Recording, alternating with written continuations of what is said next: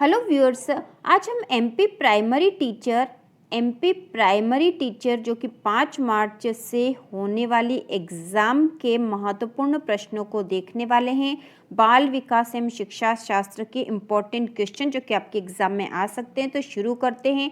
प्रश्न नंबर पहला है, एक खेल की क्रिया के दौरान चोट लगने पर रोहन रोने लगा। यह देखकर उसके पिता ने कहा, लड़कियों की तरह व्यवहार ना करो, लड़के रोते नहीं हैं। पिता का यह कथन, तो उनका यह जो कथन था कि लड़कियों की तरह व्यवहार ना करो, लड़के रोते नहीं हैं। पिता का यह कथन, तो 4 ऑप्शन जो दे रखे हैं वे हैं लैंगिक रूढ़िवादिताओं को दर्शाता है, लैंगिक रूढ़िवादिताओं को चुनौती देता है, लैंगिक भेदभाव को कम करता है या लैंगिक समानता को बढ़ावा देता है। तो इसका आंसर होगा लैंगिक रूढ़िवादिताओं को दर्शाता है, लैंगिक रूढ़िवादिताओं को दर्शाता है।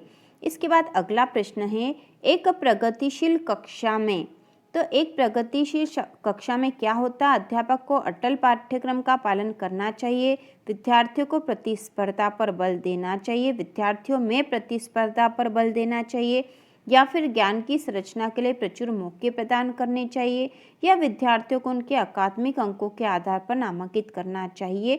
तो इसका उत्तर होगा एक प्रगतिशील कक्षा में ज्ञान की संरचना के लिए प्रचुर मौके प्रदान करने चाहिए। ठीक है, ज्ञान की संरचना के लिए प्रचुर मौके प्रदान करने चाहिए। इसके बाद अगला प्रश्न नंबर 3 है, एक गतिविधि के दौरान छात्रों को संघर्ष करते देख एक अध्यापिका बच्चों को संकेत और इशारे जैसे क्या, क्यों, कैसे प्रदान करने का फैसला लेती है। लेव वायोगोत्स्की के सिद्धांत के अनुसार अध्यापिका की यह योजना, उनकी यह जो योजना थी कि वह क्या, क्यों, कैसे इस प्रकार के इशारे और संकेत समझाएगी। तो यह जो योजना है यह क्या है? तो यहाँ 4 ऑप्शन में से बच्चों को अधिगम के लिए अनुप्रेरित निष्प्रेरित करेगी, अधिगम के लिए पाठ आधारभूत संरचना का काम करेगी, या छात्रों को प्रत्याहार निकास प्रवृत्तियां प्रदान करेगी, या अधिगम की प्रक्रिया में अर्थहीन होगी। तो इसका उत्तर होगा यह जो दूसरा है, अधिगम के लिए आधारभूत संरचना का काम करेगी। इसके बाद जो अगला प्रश्न नंबर 4 है, बच्चों के समाजीकरण के संदर्भ में निम्न में से कौन सा कथन सही है? तो इसमें जो 4 ऑप्शन है वह है विद्यालय समाजीकरण का एक द्वितीयक कारक है और परिवार समाजीकरण का एक प्राथमिक कारक है, या फिर विद्यालय समाजीकरण का एक प्राथमिक कारक है और समकक्षी समाजीकरण के द्वितीयक कारक है। अगला है समकक्षी समाजीकरण के प्राथमिक कारक है और परिवार समाजीकरण का एक द्वितीयक कारक है, या फिर परिवार एवं जनसंचार दोनों समाजीकरण के द्वितीयक कारक है। तो इसका उत्तर होगा विद्यालय समाजीकरण का एक द्वितीयक कारक है और परिवार समाजीकरण का एक प्राथमिक कारक है। ठीक है, यह बिल्कुल राइट है। बच्चों के समाजीकरण के संदर्भ में निम्न में से कौन सा कथन सही है? तो यह कथन सही है कि विद्यालय समाजीकरण का द्वितीयक कारक है और परिवार समाजीकरण का प्राथमिक कारक है। इसके बाद जो अगला प्रश्न नंबर 5 है, बहुबुद्धि सिद्धांत जोर देता है कि, बहुबुद्धि सिद्धांत जोड़ देता है कि, तो 4 ऑप्शन कौन कौन से पहले हम पढ़ लेंगे फिर इसका उत्तर देखते हैं। तो पहला जो ऑप्शन है, बुद्धि लब्धि केवल वस्तुनिष्ठ परीक्षणों द्वारा ही मापी जा सकती है। दूसरा, एक आयाम में बुद्धिमत्ता अन्य सभी आयामों में बुद्धिमत्ता निर्धारित करती है। तीसरा, बुद्धिमत्ता की विभिन्न दशाएं हैं। और चौथा है, बुद्धिमत्ता में कोई व्यक्तिगत विभिन्नताएं नहीं होती है। तो इसका उत्तर होगा तीसरा, बुद्धिमत्ता की विभिन्न दशाएं हैं। बहुबुद्धि सिद्धांत जोर देता है कि बुद्धिमत्ता की विभिन्न दशाएं हैं। इसके बाद अगला प्रश्न है, लॉरेंस कोलबर्ग के सिद्धांत के अनुसार किसी कार्य को इसीलिए करना क्योंकि दूसरे इसे स्वीकृति देते हैं नैतिक विकास के चरण को दर्शाता है। तो ये नैतिक विकास के कौन से चरण को दर्शाता है लॉरेंस कोलबर्ग के सिद्धांत के अनुसार? तो यहाँ पे जो 4 ऑप्शन है वह है प्रथापूर्व, प्रथागत, उत्तर प्रथागत या अमूर्त संक्रियात्मक। तो इसका उत्तर आएगा प्रथागत। ठीक है, प्रथागत है यह चरण। तो यहाँ पे जो प्रश्न था, लॉरेंस कोलबर्ग के सिद्धांत के अनुसार किसी कार्य को इसीलिए करना क्योंकि दूसरे इसे स्वीकृति देते हैं नैतिक विकास के प्रथागत चरण को दर्शाता है। इसके बाद अगला प्रश्न नंबर 7 है, लेव वायगोत्स्की का सामाजिक सांस्कृतिक परिप्रेक्ष्य अधिगम प्रक्रिया में के महत्व पर जोर देता है, तो किसके महत्व पर जोर देता है? तो यहाँ पे 4 ऑप्शन है, सांस्कृतिक उपकरणों के, गुणारोपण के, अभिप्रेरणा के या संतुलीकरण के। तो इसका उत्तर आएगा सांस्कृतिक उपकरणों के। सांस्कृतिक उपकरणों के महत्व पर जोर देता है। इसके बाद अगला जो प्रश्न है, जीन पियाजे अपने संज्ञानात्मक विकास के सिद्धांत में संज्ञानात्मक संरचनाओं को के रूप में वर्णित करते हैं। तो जीन पियाजे किस रूप में वर्णित कर रहे हैं संज्ञानात्मक संरचनाओं को? तो इसमें जो 4 ऑप्शन है वह है मनोवैज्ञानिक उपकरणों के रूप में, उद्दीपक अनुक्रिया संबंध या विकास का समीपत्र क्षेत्र, या फिर स्कीमा मनोबंध के रूप में। तो इसका उत्तर आएगा स्कीमा मनोबंध के रूप में वर्णित करते हैं। ठीक है, जीन पियाजे अपने संज्ञानात्मक विकास के सिद्धांत में संज्ञानात्मक संरचनाओं को स्कीमा मनोबंध के रूप में वर्णित करते हैं। इसके बाद अगला प्रश्न फिर से जीन पियाजे से संबंधित है। जीन पियाजे संज्ञानात्मक विकास के सिद्धांत में पूर्व संक्रियात्मक अवस्था में विकास का मुख्य गुण क्या होता है? तो कौन सा मुख्य गुण होता है विकास का जीन पियाजे के संज्ञानात्मक विकास के सिद्धांत में? तो 4 ऑप्शन है, अमूर्त सोच का विकास, विचार सोच में केंद्रीकरण, परिकल्पित निगमनात्मक सोच, या संरक्षण और पदार्थों को क्रमबद्ध करने की क्षमता। तो इसका उत्तर होगा दूसरा, विचार सोच में केंद्रीकरण। विचार सोच में केंद्रीकरण। तो जीन पियाजे के संज्ञानात्मक विकास के सिद्धांत में पूर्व संक्रियात्मक अवस्था में विकास का मुख्य गुण होता है विचार सोच में केंद्रीकरण। इसके बाद अगला प्रश्न नंबर 10वां है, विकास के संदर्भ में निम्न में से कौन सा कथन सही है?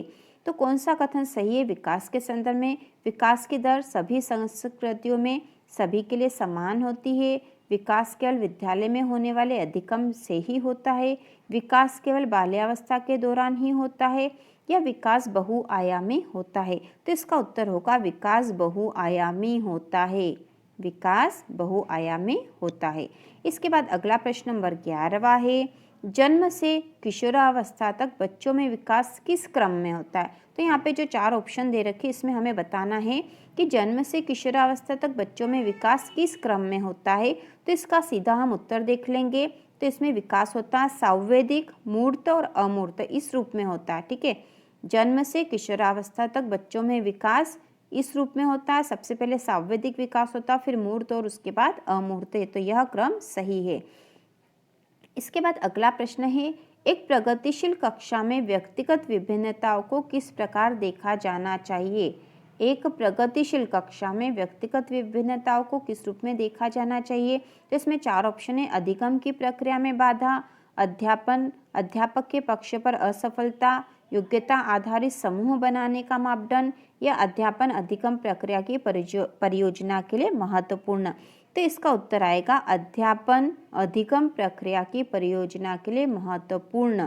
तो प्रश्नों को फिर से एक बार समझेंगे और फिर उत्तर फिर से देखेंगे तो हमें अच्छे से समझ में आ जाएगा। एक प्रगतिशील कक्षा में व्यक्तिगत विभिन्नताओं को किस प्रकार देखा जाना चाहिए? तो किस प्रकार देखा जाना चाहिए? अध्यापन अधिगम प्रक्रिया की परियोजना के लिए महत्वपूर्ण रूप में देखा जाना चाहिए। इसके बाद अगला प्रश्न है, एक समावेशी कक्षा में पर जोर होना चाहिए। तो समावेशी कक्षा में किस बात पर जोर होना चाहिए? तो 4 ऑप्शन देखेंगे हम इसके, प्रदर्शन अभिमुखी लक्ष्यों पर, अविभेदी समरूपी निर्देशों पर, सामाजिक पहचान के आधार पर छात्रों के अलगाव, या हर बच्चे के सामर्थ्य को अधिकतम करने के लिए अवसर प्रदान करने। तो इसका उत्तर होगा एक समावेशी कक्षा में हर बच्चे के सामर्थ्य को अधिकतम करने के लिए अवसर प्रदान करने पर जोर होना चाहिए। ठीक है, हर बच्चे के सामर्थ्य को अधिकतम करने के लिए अवसर प्रदान करने पर जोर होना चाहिए। इसके बाद अगला प्रश्न है, दिव्यांगजन अधिकार अधिनियम 2016 के अनुसार निम्न में से किस शब्दावली का प्रयोग उपयुक्त है? तो किस शब्दावली का प्रयोग उपयुक्त है? तो इसका उत्तर होगा छात्र जिसे शारीरिक दिव्यांगता है। छात्र जिसे शारीरिक दिव्यांगता है।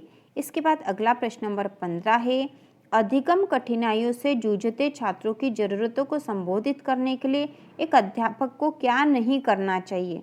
ठीक है, क्या नहीं करना चाहिए? अधिगम कठिनाइयों से जूझते छात्रों की जरूरतों को संबोधित करने के लिए एक अध्यापक को क्या नहीं करना चाहिए? तो इसके 4 ऑप्शन है, दृश्य श्रव्य सामग्रियों का इस्तेमाल, दूसरा संरचनात्मक शिक्षा शास्त्रीय उपागमों का इस्तेमाल, व्यक्तिगत शैक्षिक योजना बनाना या शिक्षा शास्त्र और आकलन की जटिल संरचनाओं का प्रयोग। तो इसका उत्तर होगा शिक्षा शास्त्र आकलन की जटिल संरचनाओं का प्रयोग नहीं करना चाहिए। ठीक है, ये नहीं करना चाहिए, बाकी कर सकते हैं। इसके बाद अगला प्रश्न नंबर 16 है, सृजनात्मकता की पहचान का प्रमुख लक्षण क्या है? सृजनात्मकता की पहचान का प्रमुख लक्षण क्या है? तो यहाँ 4 ऑप्शन है। कम परिज्ञानता बोधगम्यता, दूसरा है अपसारी चिंतन, अति सक्रियता या असतर्कता। तो इसका उत्तर होगा अपसारी चिंतन। ठीक है, अपसारी चिंतन इसका उत्तर है। सृजनात्मकता की पहचान का प्रमुख लक्षण है अपसारी चिंतन।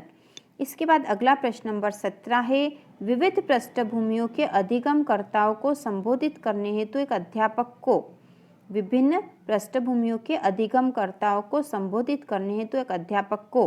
तो यहाँ 4 ऑप्शन है। विविधता संबंधी मुद्दों पर बातचीत टालनी चाहिए, विविध विन्यासों से उदाहरण लेने चाहिए, सभी के लिए मानकीकृत आकलनों का इस्तेमाल करना चाहिए, या फिर ऐसे कथनों का इस्तेमाल करना चाहिए जो नकारात्मक रूढ़िबद्ध धारणाओं को मजबूर करे। तो इसका उत्तर होगा विविध विन्यासों से उदाहरण लेने चाहिए। ठीक है, प्रश्न था विविध पृष्ठभूमियों के अधिगमकर्ताओं को संबोधित करने हेतु एक अध्यापक को विविध विन्यासों से उदाहरण लेना चाहिए। इसके बाद अगला प्रश्न नंबर 18 है, समस्या समाधान क्षमताओं को किस प्रकार सुसाध्य किया जा सकता है? समस्या समाधान क्षमताओं को। तो इसके 4 ऑप्शन है। लगातार अभ्यास और कार्यान्वयन पर जोर देकर, समस्याओं के हल हेतु अटल प्रक्रिया के इस्तेमाल को बढ़ावा देकर, समरूपों के इस्तेमाल को बढ़ावा देकर, या विद्यार्थियों में डर की भावना पैदा कर।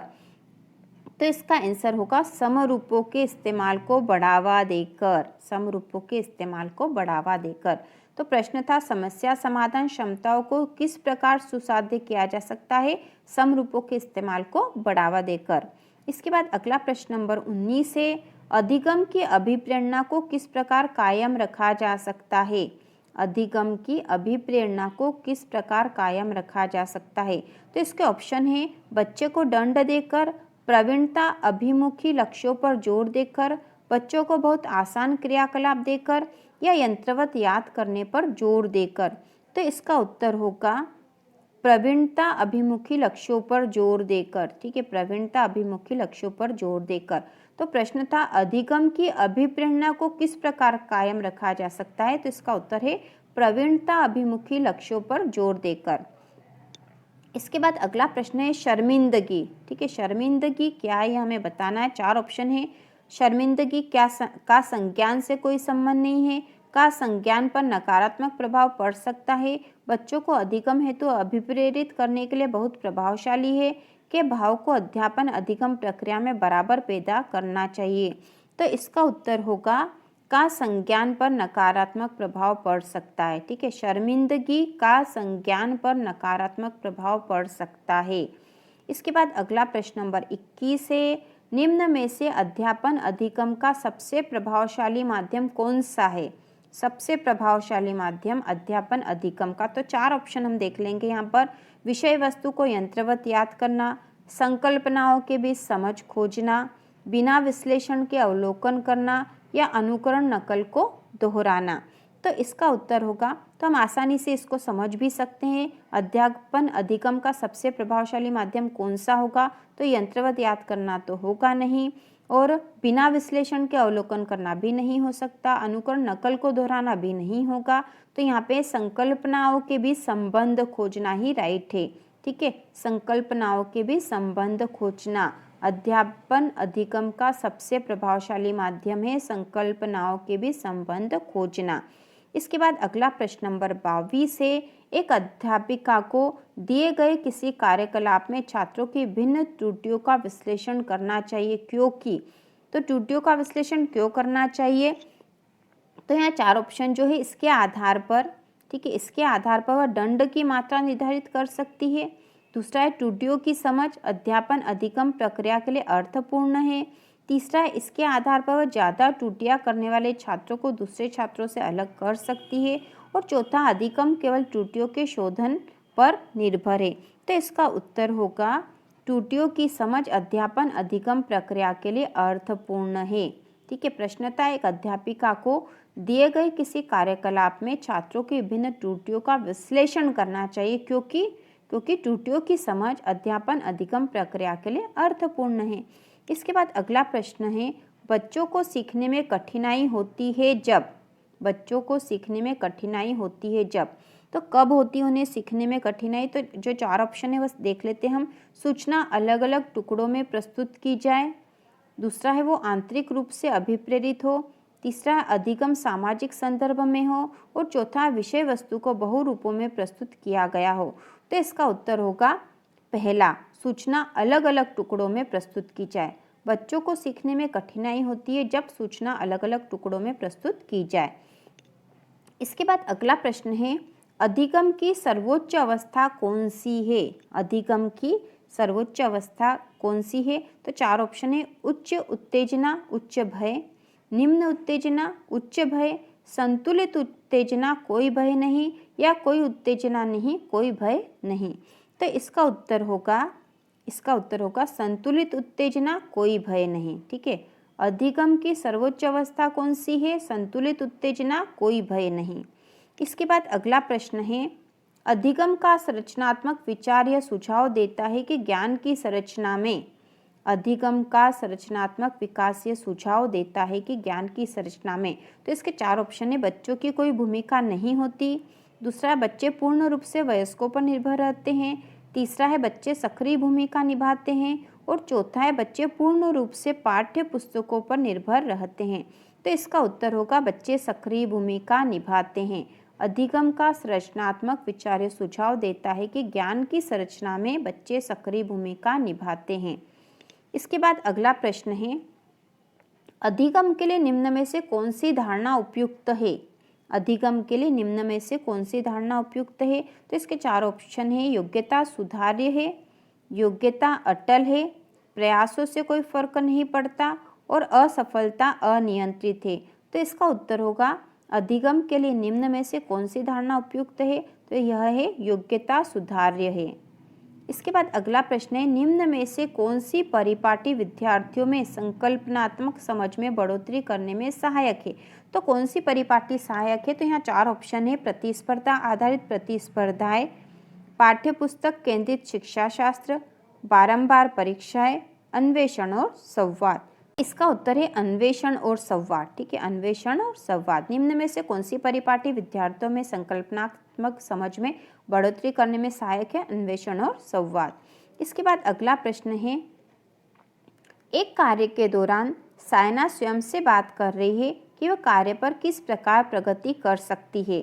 लेव वायगोत्स्की के भाषा और चिंतन सोच के बारे में दिए गए विचारों के अनुसार इस तरह का व्यक्तिगत वाक्य क्या दर्शाता है?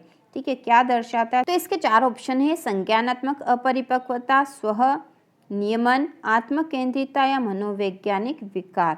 तो इसका उत्तर होगा स्व नियमन। ठीक है, स्व नियमन है, वह स्वयं से बात करके स्वयं को बता रही है, स्व नियमन है। इसके बाद अगला प्रश्न है, मूल्यांकन पद्धतियों का लक्ष्य होना चाहिए विद्यार्थियों को नामांकित करना, योग्यता आधारित समूह में विद्यार्थियों को विभाजित करना, विद्यार्थियों की जरूरतों एवं आवश्यकताओं की पहचान करना, या पुरस्कार वितरण हेतु उच्च अंक प्राप्त करने वाले विद्यार्थियों की पहचान करना। तो इसका उत्तर होगा मूल्यांकन पद्धतियों का लक्ष्य होना चाहिए विद्यार्थियों की जरूरतों एवं आवश्यकताओं की पहचान करना। इसके बाद अगला प्रश्न है, बच्चों के विकास की व्यक्तिगत विभिन्नताओं को किस पर प्रतिरूपित किया जा सकता है? बच्चों के विकास की व्यक्तिगत विभिन्नताओं को किस पर प्रतिरूपित किया जा सकता है? तो इसके 4 ऑप्शन है, केवल आनुवंशिकता पर, केवल पर्यावरण पर, ना आनुवंशिकता पर, ना पर्यावरण पर, या आनुवंशिकता एवं पर्यावरण पर पारस्परिकता पर। तो इसका आंसर होगा आनुवंशिकता एवं पर्यावरण की पारस्परिकता पर। बच्चे के विकास की व्यक्तिगत विभिन्नताओं को किस पर प्रतिरूपित किया जा सकता है? आनुवंशिकता एवं पर्यावरण की पारस्परिकता पर।